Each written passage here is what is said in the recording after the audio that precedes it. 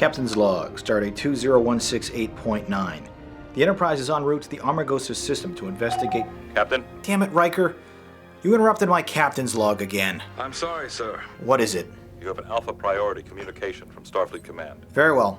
Put it through.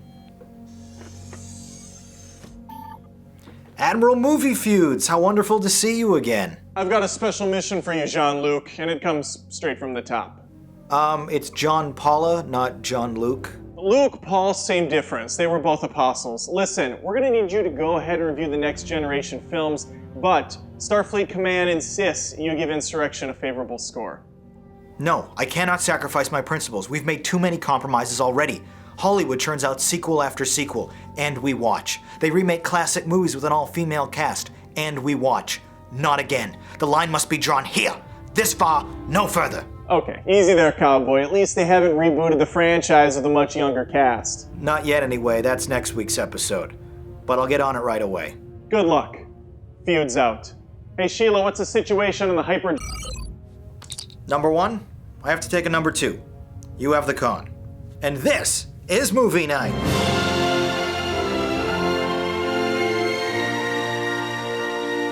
Hello and welcome to Movie Night. I'm your host, Jonathan Paula. Before we begin, I want to give a big thank you to my friend and fellow YouTube movie reviewer Adam Olinger from Feud Nation for helping out with today's intro sketch. Make sure to check out his channel and watch a few of his videos, including one I guest starred in just this week. Tonight we continue our reviews of the Star Trek film series, specifically the 4 movies starring the Next Generation cast, who had their feature debut in Star Trek Generations. And I definitely have a lot to say about this first one, so let's get right into it. A clumsy transition. Released just 6 months after its television counterpart went off the air in May of 1994, this $35 million sci-fi action film took home $118 million under the leadership of perennial television director David Carson. When a deranged villain threatens to destroy an entire solar system to enter a mysterious energy ribbon, 2 famous Enterprise captains must unite across time to stop him. 3 members of the original series return for one more outing, most notably William Shatner as Captain Kirk, presumed dead after one of the best cold opens in the entire franchise. The 15-minute prologue not only serves as a passing of the figurative baton, but is also a genuinely thrilling sequence with great performances. But the rest of the PG-rated film focuses on the Next Generation group: Jonathan Frakes, Brent Spiner, LeVar Burton, Michael Dorn, Gates McFadden, Marina Sirtis, Whoopi Goldberg, and of course Patrick Stewart as Captain Jean-Luc Picard. As would be the standard for all 4 of their films together, it's Stewart and Spiner who received the lion's share of responsibility. Meanwhile, Malcolm McDowell muses as the murderous madman, quietly threatening Stewart with the best line in the picture: "Time is the fire in which we burn." There are several moments during Generations, like Stewart narrating his familiar captain's log, or view-screen negotiations with Klingons, that look and feel exactly like the TV show. Other aspects, however, namely the overtly dramatic lighting, make it seem decidedly different, but not necessarily worse. The thin story just isn't big enough to support the 118-minute runtime. Indeed, the entire plot thread involving Stewart and McDonnell trying to outsmart each other on some barren mountaintop is far too slow and boring, especially since this scene is intercut with the incredibly tense destruction of the Enterprise. The constant cross-cutting between the loud space battle and Picard's quiet rock-throwing is downright obnoxious. They have found a way to penetrate our shields. Lock phasers and return fire.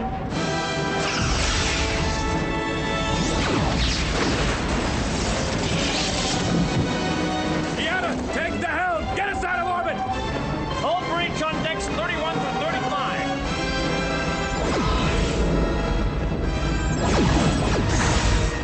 The warp! What do we know about that old Klingon ship? Any weaknesses? It is a Class D-12 bird of prey. They were retired from service because of defective plasma coils. Plasma coils. Is there any way we can use that to our advantage? I do not see how. It's also a bit silly that the fate of the entire Verdian star system would rest on the outcome of a single fistfight. Plus, why do we never once see the world Stewart's trying so hard to save? Just a few cutaways to the pre-industrial civilization reacting to the incoming shockwave would add a huge deal of depth and purpose to the picture. Instead, we just get a faceless population count, never referenced again. Once the story pivots inside the magical nexus, things become quite surreal, as the futuristic sci-fi narrative morphs into a fantasy-oriented parable. Of all the ways to bring these 2 captains together, extended aging, transporter accidents, time travel, mirror universes, cloning, this weird heaven-like environment, the physical manifestation of absolute happiness, seems particularly out of step with Star Trek's science-oriented style. Earlier in the film, Picard laments over the death of his nephew in an emotional scene, but save for a single fourth season episode of the TV show, where this relative is played by a different actor, we know nothing of their relationship. So instead of being a powerful moment, their Nexus reunion is just empty, as the audience has no way to recognize this small child.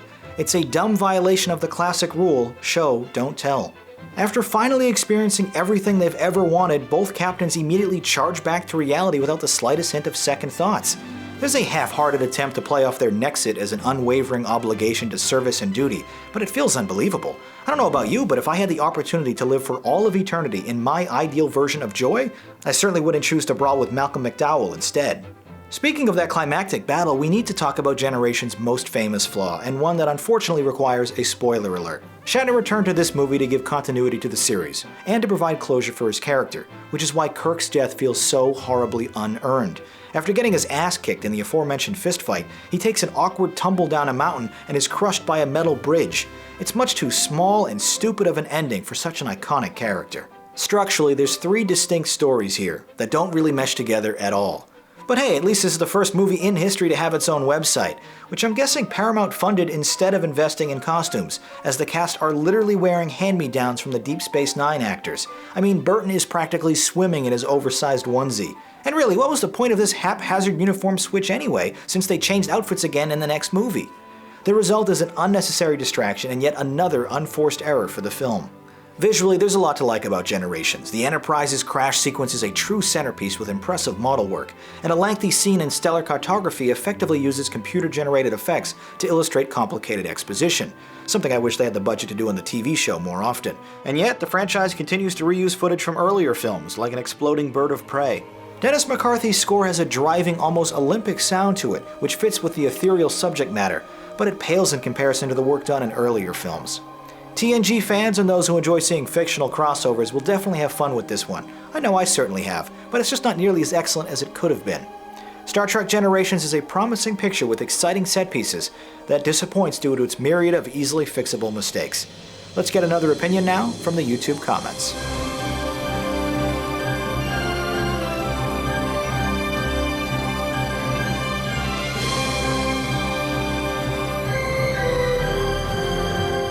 Describing it as underwhelming, unbalanced, but still entertaining, you gave Generations a 5 out of 10.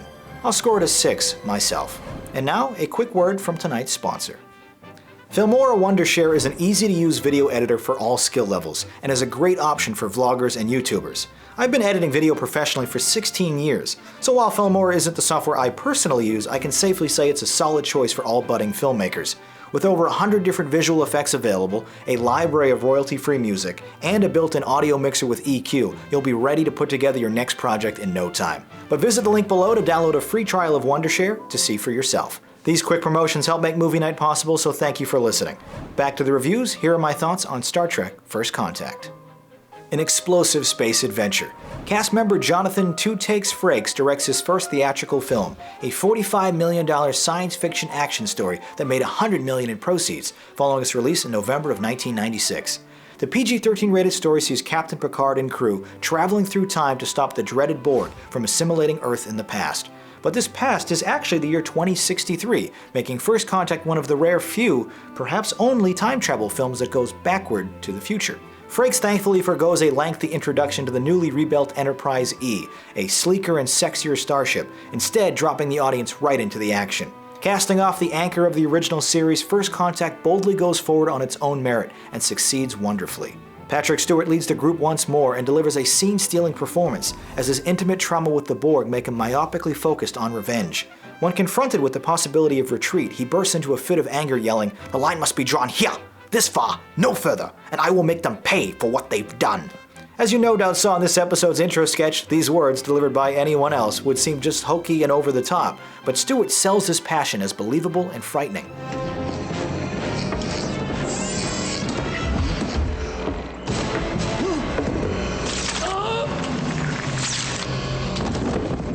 Here! Captain! Help! Please, help!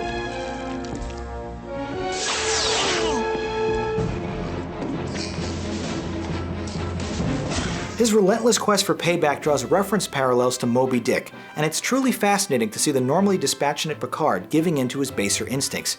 Even though his behavior is somewhat justified, you have to wonder, how far is he willing to take this? Rather than an interchangeable alien of the week, the Borg are positioned as a metaphor for his own personal struggles, making the central conflict of First Contact much more than good versus evil or saving the world, but about conquering those dark demons that exist within us all. Brent Spiner deals with this as well as he quiets his desire to taste Borg perfection. Elsewhere, their television castmates return as well, with each given a few key moments to really shine. Whether it's Marina Sirtis' drunken flirting or LeVar Burton finally afforded the opportunity to emote without his visor in the way. Alfre Woodard does marvelous work as a frightened and dubious ally they meet along the way, while James Cromwell is excellent as a cynical, selfish drunk, who also happens to be the brilliant scientist responsible for faster-than-light travel. There's even a bevy of fan-pleasing cameos from Star Trek Voyager's Ethan Phillips and Robert Picardo, to Adam Scott as a helmsman and Dwight Schultz as his familiar Barclay character. Lastly, we have Alice Krige as the seductive and determined Borg Queen, who looks convincing in her Oscar-nominated makeup. The writer's decision to retcon this decentralized army of autonomous cyborgs into a hive mentality with an individual leader was met with controversy from Trek fans, but I for one appreciate the move. It allows the story to flourish with more expansive dialogue and opportunities, and fortunately for purposes of expository explanations, Data is just as curious as the audience. The 1 hour and 51-minute narrative makes fantastic use of the futuristic setting, including one thrilling showdown on the underside of the ship's hull, as Picard and company blast their Borg adversaries into the vastness of space. Between demonstrations of force field technology, explanations of 24th century currency, or self-destruction protocols, the 8th Star Trek film has plenty of great moments for folks who enjoy the sci part of sci-fi. There are some unfortunate errors, however, including a lazy contradiction regarding the Enterprise's size. One moment, the Borg have taken control of Deck 26, but minutes later, Stewart says the ship only has 24 decks. This feels like a nitpicky CinemaSins mistake, but it's just too dumb not to mention. By reworking his classic theme into a more romantic and patriotic ballad, Jerry Goldsmith's score for First Contact might be the best thing he's ever done, and that's saying something. The goosebump-inducing theme swells during all the best moments, and remains my favorite work from the late film composer. This is Trek at its best, a thrilling and rewatchable film all fans need to see. Speaking of which, let's see what the movie night audience had to say.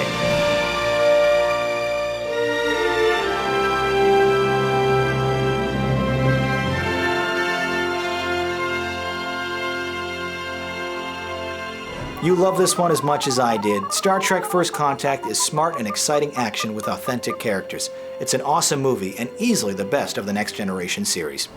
For tonight's poll question, what is your favorite alien race ever featured on Star Trek? The Romulans, the Andorians, or maybe the Q? Leave your response as a comment below. Third tonight, Star Trek Insurrection. Somewhat dull and aimless. Cast member Jonathan Frakes returns as director for this science fiction movie which was released in December of 1998.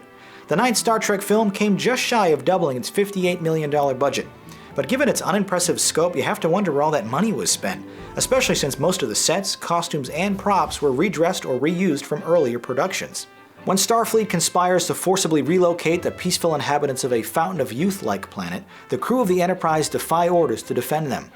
Taken at face value, their defiant White Knight actions seem honorable, but later we learn the truth. If the Federation can relocate this tiny village of 600 people, they can drastically lengthen the lifespan for entire civilizations. Maybe I'm missing something, but wasn't it this very franchise that famously said, the needs of the many outweigh the needs of the few? As a result of this fundamental contradiction, the reasoning from the bad guy is actually more convincing than the reasoning of the good guy. It is a fatal misstep for the PG-rated film. This central conflict takes nearly 40 minutes to develop, with Insurrection just ambling along like a Hardy Boys mystery. The plotting pace invites closer scrutiny of the 103-minute movie too, which is where the narrative begins to fall apart. Like, why was the giant hollow ship cloaked inside a nearby lake if the village was just going to be transported onto it anyway? Why would the Federation or the Sona wish to move the Baku? I don't know.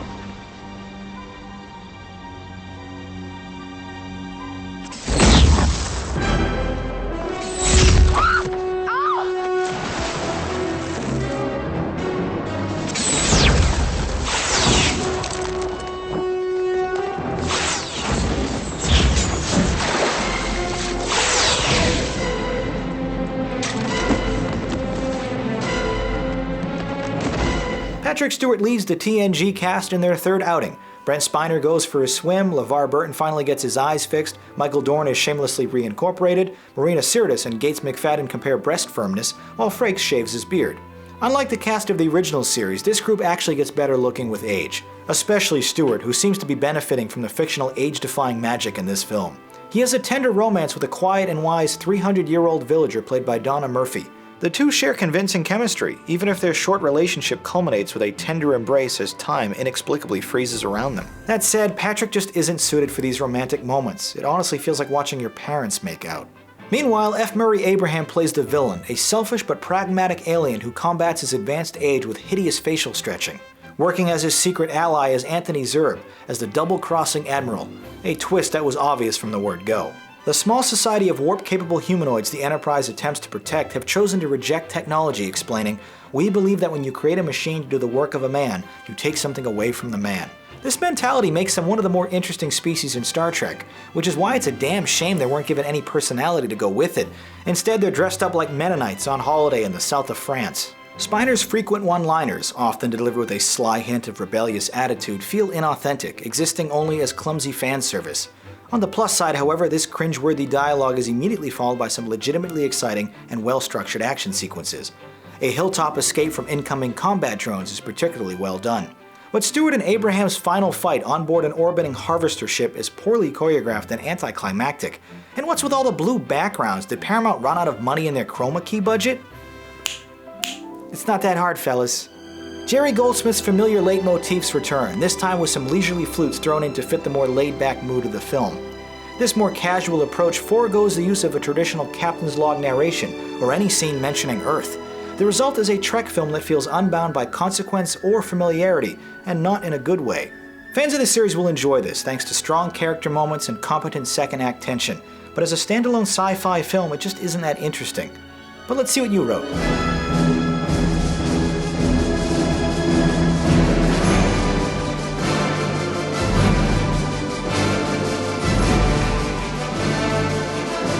Calling it bland and disappointing, you definitely didn't like this one, rating it a 3 out of 10. For me, Star Trek Insurrection is an easygoing adventure without a compelling narrative, but remains an alright film.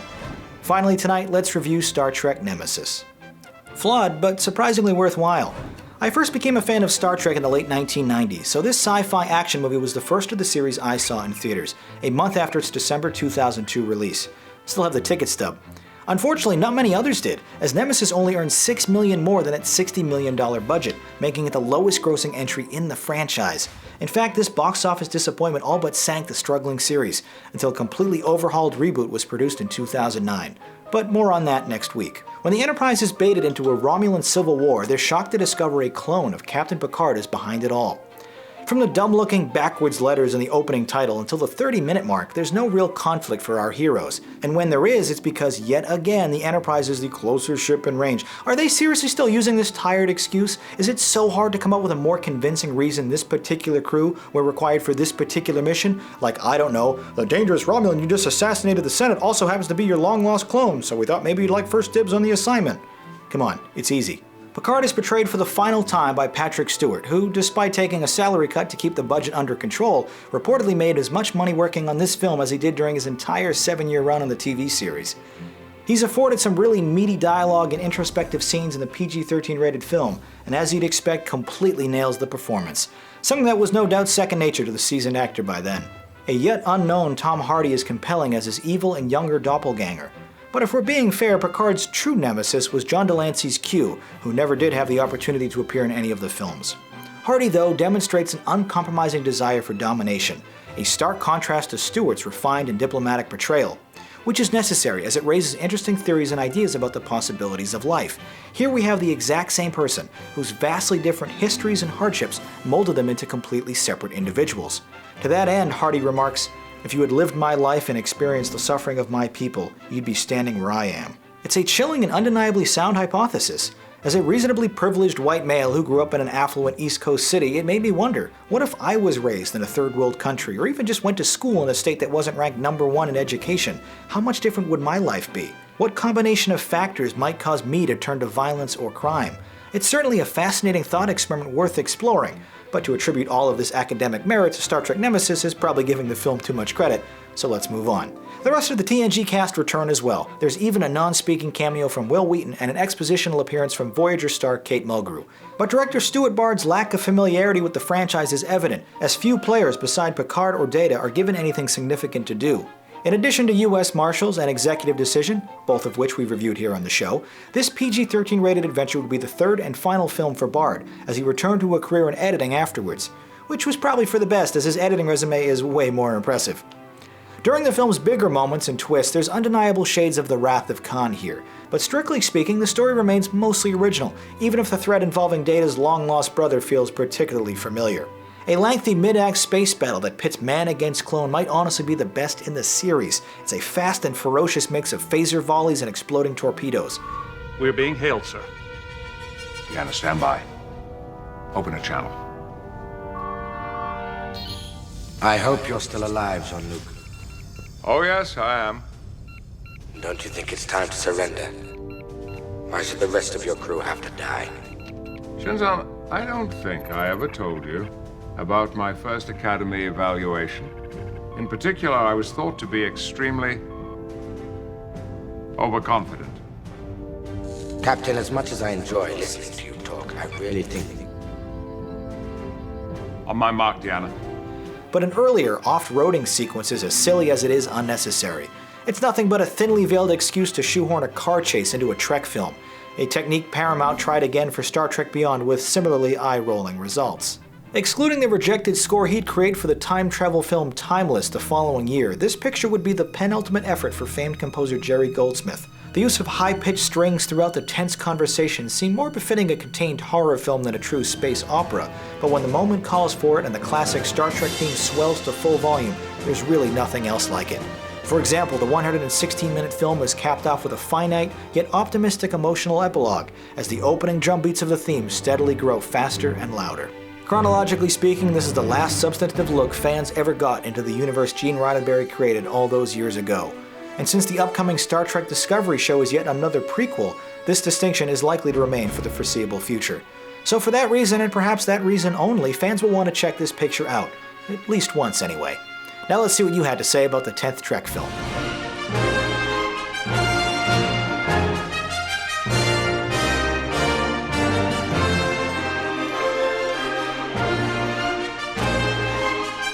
Once it gets going, Star Trek Nemesis has excellent action, but remains decidedly unambitious.